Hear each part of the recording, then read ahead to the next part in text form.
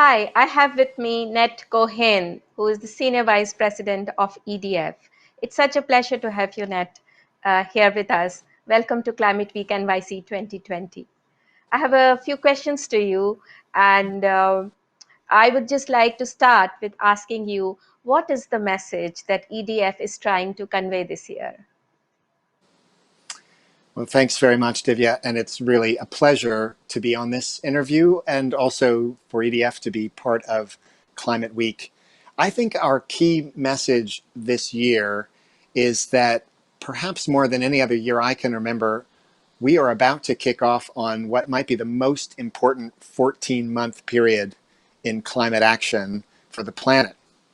And the reason I say that is because between this year's Climate Week and next November 2021, we've got to really ramp up global ambition in advance of COP26. Now, we know that a huge amount will depend on the outcomes of the US election, but here are three areas where EDF is really focused on how we can drive that much greater ambition and put the world onto the path to net zero emissions that we know we need to be on if we're going to solve the climate crisis. The first of those is to rebuild better. We know that as the world emerges from the economic depression or economic recession that has been stimulated by COVID, and as we recover from the pandemic, we hope to see that within the coming year.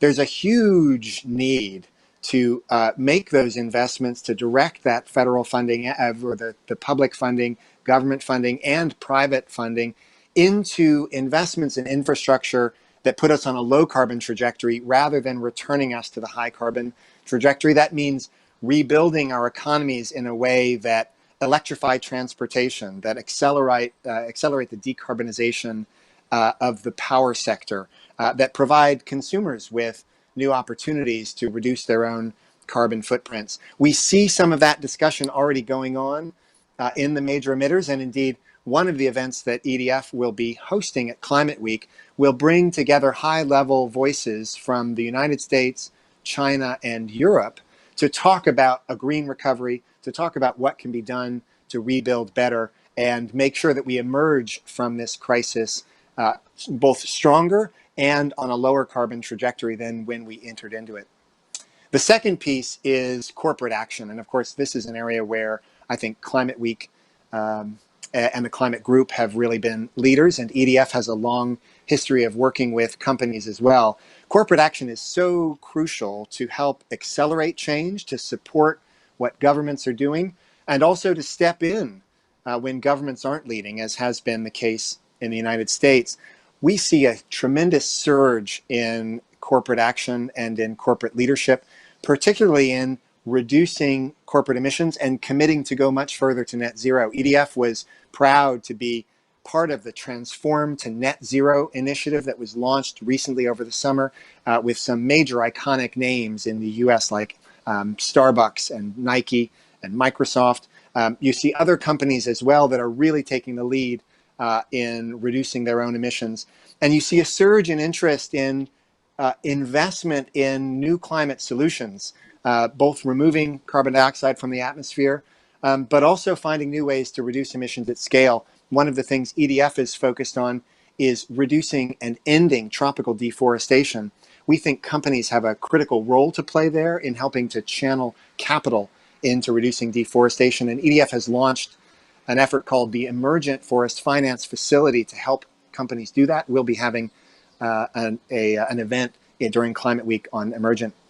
Finally, the third piece where we see a real need is just leadership from the world's major emitters. The EU, of course, has long been a leader on climate. We're seeing the European Union, the European Council President Ursula von der Leyen set a very high bar, and we're seeing members of the European Parliament say we need to go even beyond that. So we're looking to Europe to up its game, increase its ambition, and lead the world in terms of setting a new target going into COP26. China, of course, the world's largest emitter, also is taking on leadership, and there's more room for it to do so. We are eagerly looking to China to see whether it will be able to increase its own ambition in terms of its Paris commitment, even as it seeks to green its massive Belt and Road Initiative.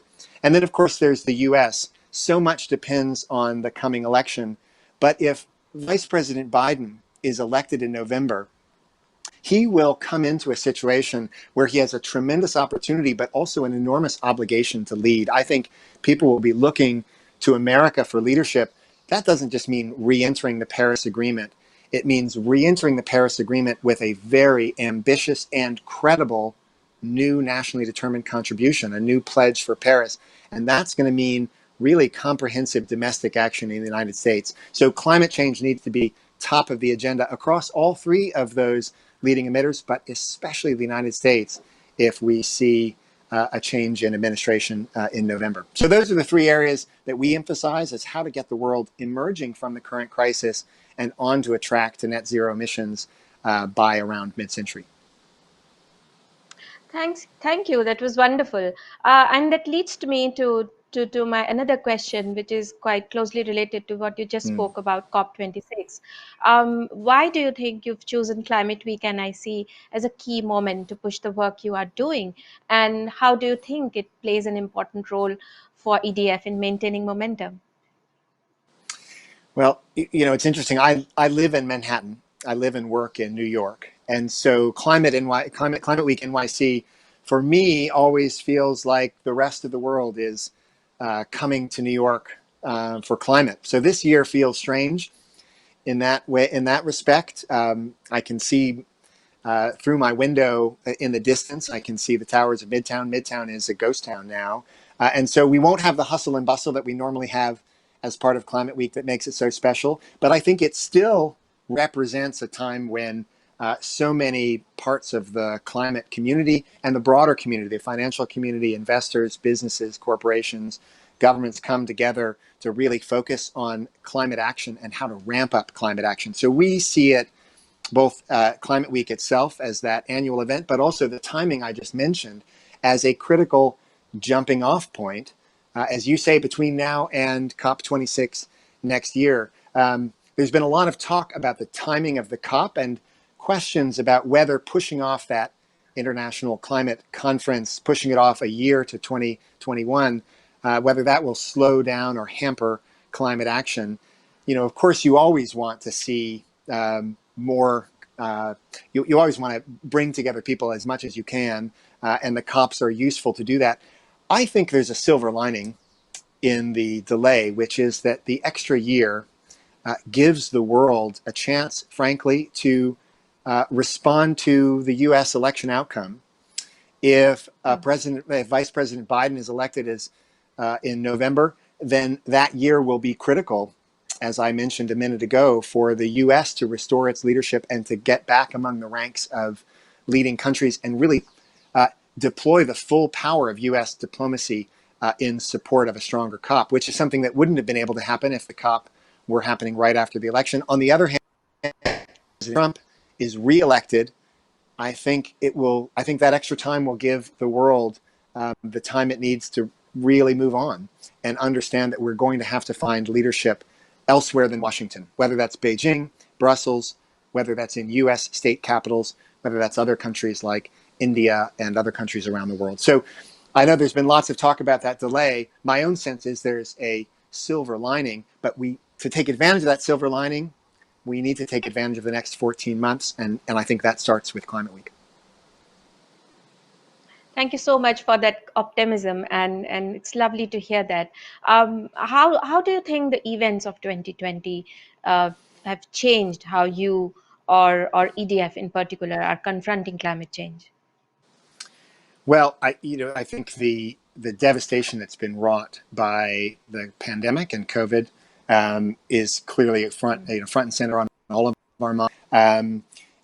But also the additional effects, the economic crisis that's happened, and I know that's happened in the U.S., but we have colleagues and partners in India, for example, where I know you are, and I know India has been devastated, and countries around the world. Brazil, we have close partners. We do a lot of work in Brazil on deforestation. Brazil has been devastated by the virus. So this is a crisis of unprecedented magnitude, and we have to remember that front and center. I think the more day to day life, as I mentioned. I'm based in New York, and I've seen a city that's been transformed, that was hollowed out. I think we're rebounding, but we'll never be the same in many ways, and we'll have to adapt to the new reality. I think in terms of our work, on the one hand, the crisis has clearly raised obstacles. Our work in rural India, for example, becomes much harder when the country is under lockdown. Our work with indigenous peoples in Brazil, when Brazilian indigenous peoples are at real risk of COVID, is very tough. And of course, all of us doing all of our business by Zoom meetings and video meetings rather than being able to travel in person. Nonetheless, the work continues, and I'm really pleased by the amount of progress we've been able to make at EDF, and that the climate community has been able to make. I think that's a testament to the resilience and the vision of the climate community. And I think in some ways, in the long run, the lessons of COVID, the lessons of the need to be prepared for a crisis, the lessons of needing to listen to the best science we have and respond accordingly, that those lessons will also be relevant to climate change. In the U.S. in particular, and we are a global organization, but one that's headquartered in the U.S., of course, alongside COVID and alongside the economic recovery, there's been a national, long overdue conversation around equity and justice. And that's one that we are really digging into. I think EDF has, as many other organizations in the U.S. do, has done great work on climate justice and equity, but we need to do much more. And so this conversation in the U.S. and the way that the systemic racism and injustice in the U.S. has been so brutally exposed by the events of the past several months has really led us to be asking much more, what can we do? How can we improve our work? How can we center our work around equity and justice? That's especially relevant to the U.S. and to work with communities of color and low-income communities around the U.S. who bear the brunt of toxic pollution, but it's also relevant to inform our work globally. Again, working with indigenous peoples, working in the rural sector in India, all of those areas are places where climate justice is front and center in different ways. But I think it's a reminder of the value and the importance of aligning all of our work with greater justice and much more equity across the world. Thank you. And I guess in terms of creating that critical momentum or creating Mm-hmm. that critical mass, collaboration is something that is very, very important at the moment. How do you think EDF collaborates, and what is your vision to be collaborating with other organizations seeking the same goals as you? Yes, I think collaboration is in some ways, the untapped resource that we need to draw on even more. There's already some great collaboration going on in the climate community. I'll mention a few examples for EDF in a minute, but there's so much more we can do in terms of genuine collaboration, genuine strategic collaboration. I think there's a real need there and an opportunity there for the climate community. In EDF's sense, both in the near term, of course, we're looking forward to collaborating with a number of groups on Climate Week events, including the International Emissions Trading Association. We'll be working with them on carbon market events during Climate Week. More broadly, we work we work very closely with a number of partner NGOs in the United States. For example, the Climate Action Campaign has been a leading forum for coordination and collaboration among the leading U.S. groups working on federal policy. And in light of the recent discussions I mentioned a minute ago, that's expanded now to really be much more inclusive as well, of a much broader and more diverse array of voices. I think one of the strengths that the climate community has in the last 10 years is the explosion of diverse voices. Just briefly, I'll say globally, collaboration is at the heart of what we do. We've worked in Brazil for 30 years, always with a focus on working with partners on the ground, like the Amazon Environmental Research Institute, IPAM, the Social Environmental Institute, ISA, and our partners, indigenous partners in the Amazon. In India, we've been there for a decade, again, always working in partnership with groups on the ground. I think that's the only way we get real work done, is that kind of genuine collaboration and partnership. That's wonderful, Nat. That brings me to my last question to you. What makes you optimistic about tackling climate crisis? Well, thank you. And, I think that's such an important question because it's so easy for us to focus on doom and gloom. And we see the wildfires devastating California in the U.S. right now. As we have this interview, we see wildfires have devastated Australia and the Amazon, and we see killer heat waves around the world, record temperatures in South Asia, agricultural predict. So it's always easy to dwell on the really dire impacts, and it's important to do so. But it's also important to remember the positive forces we have, the tailwinds we have behind us that I think with political will, if we can organize and develop that political will lead us to a positive outcome and to help us solve the climate crisis. Two things in particular stand out to me. One is the enormous technological progress that we've made in the last 10 years. That's most visible in wind and solar power, but now that's spreading to battery storage, that's spreading to alternative fuels. So we have enormous opportunity to accelerate the low carbon transition in a way that also grows jobs, builds economic growth, and so on. The second piece, and the second thing that makes me optimistic is we have yet to really harness one of the most powerful forces we have, which is the power of entrepreneurship and innovation in the private sector. The way we'll harness that is through policies that align economic activity with low carbon trajectory, policies like a price on carbon, a limit on carbon, that provide those economic incentives and drive technological change. But when we do that, when we harness those forces, I think the momentum and the progress will be unstoppable. So that's what makes me optimistic about solving the climate crisis. That's wonderful, Nat. And thank you so much for being with us today and spending some time with us. And it was lovely talking to you today at Climate Week NYC. A pleasure. Absolutely. Well, thank you, Divya. It was really a pleasure, and really glad to do this interview, and really pleased to be part of Climate Week NYC.